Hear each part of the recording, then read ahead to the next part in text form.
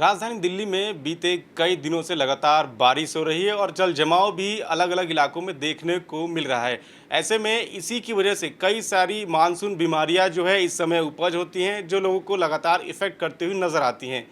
इसी पर बातचीत करने के लिए डॉक्टर अतुल गोगोई साहब हैं। सर, किस तरीके से आप देखते हैं लगातार मानसून चेंज हो रहा है, कई सारी बीमारियाँ इसमें हम देखते हैं कि लोगों को होती है। नमस्कार। मॉनसून का प्रकोप हम देख ही रहे हैं दिल्ली या दिल्ली के आसपास के इलाकों में, जिसकी वजह से पानी का जमवार हो जाता है और जिससे बीमारियां फैलने का अंदेशा बढ़ जाता है। तो सबसे कॉमन बीमारियां हैं जो मच्छर के पनपने से होती हैं कि पानी इकट्ठा है तो मच्छर हैं, जिसकी वजह से डेंगू है, मलेरिया है, चिकनगुनिया है। ये बीमारियां आगे काफ़ी आती हैं। दूसरी बीमारियां हैं जो आंतशोथ है, हैजा है, पीलिया है, वायरल हेपेटाइटिस जिसको बोलते हैं, या पेट खराब हो जाना। ये कॉमन है क्योंकि गंदा पानी इकट्ठा है, गंदा पानी होता है बाहर खाने से, उसकी वजह से हो जाती है। पानी का मिलावट हो जाता है आपके वाटर सप्लाई में, तो टाइफाइड का हो जाना। ये काफ़ी कॉमन बीमारियां हैं। दूसरी बीमारी कुछ एक है जो लेप्टोस्पायरोसिस बीमारी है, जो कि आम तौर पे अगर जो मूत्र है रैट्स का मिक्स हो जाता है पानी के अंदर, तो उसकी वजह से हो जाता है। तो ये कॉमन बीमारियां हैं जो एकदम से इस सीज़न में ज़्यादा हो जाती हैं। तो आप देखते हैं कि बुखार का होना और तेज़ बुखार होना और शारीरिक सिम्टम लगभग एक जैसे होते हैं, जो ये सामने देखने को आते हैं। सर, इन बीमारियों से बचा कैसे जाए, क्योंकि इस समय हम देखते हैं कि अस्पतालों में लाइन लग जाती है, तो इनसे बचने के लिए अगर आप लोगों को कुछ बता सकें। बचने के देखिए दो ही तरीके हैं। एक है कि आप पानी की कोशिश करें, अपने घर के आसपास पानी इकट्ठा ना होने दें।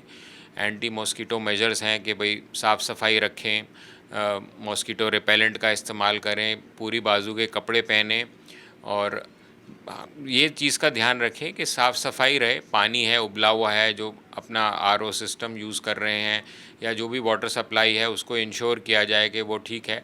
इन बेसिक चीज़ों का अगर हम ध्यान रखते हैं तो काफ़ी हद तक हम इन बीमारियों से बच सकते हैं। सर, एक चीज़ और भी देखने को मिलता है कि कई बार लोगों को खांसी जुकाम या पेट से संबंधित कोई बीमारी इस समय होती है, तो लोग तुरंत जो है हॉस्पिटल का रुख करते हैं, या फिर कई सारे लोग ऐसे भी होते हैं जो मेडिकल स्टोर से किसी भी प्रकार की दवाइयाँ ले लेते हैं। तो उनको आप क्या सलाह देंगे कि पहले डॉक्टर से जाके मिलें, फिर मेडिकल स्टोर पे जाएं या फिर अस्पताल जाएं? देखिए, ऐसा होता है कि हमें पैनिक भी नहीं करना होता कि हर चीज़ के लिए हम डॉक्टर के पास चले जाएं पहले दिन, वो नहीं है।